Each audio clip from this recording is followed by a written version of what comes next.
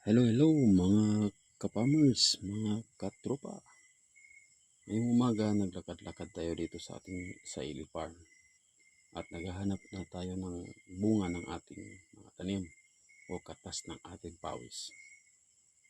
Hanap tayo dito kung may mga bunga na ba na pwede natin kainin at yun talaga.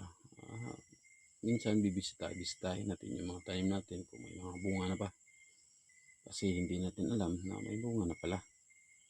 Uy, ito may nakita ko. Baka nakita nyo rin. Yan. Maya-maya. Harvestin natin yan. O ito pa. O medyo malaki ito.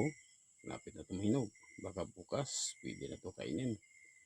Yung iba, may na-harvest na tayo kanina na pwede natin kainin ngayon. Yan pa. Dami talaga. Kapag may tiyaga at saka may tinanim tayo, balang araw, lilipas ng isang araw, dalawang araw o isang taon, dalawang taon, hindi lang natin namalayan na marami pa na pala tayong mga tanim sa bawat araw-araw na ginagawa natin.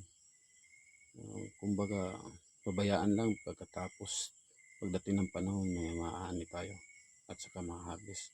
Na pwede lang natin na i-share o pamigay sa ating mga kaibigan, kapitbahay, na o mga gustong bumisita dito sa Ili Farm na gustong kumain.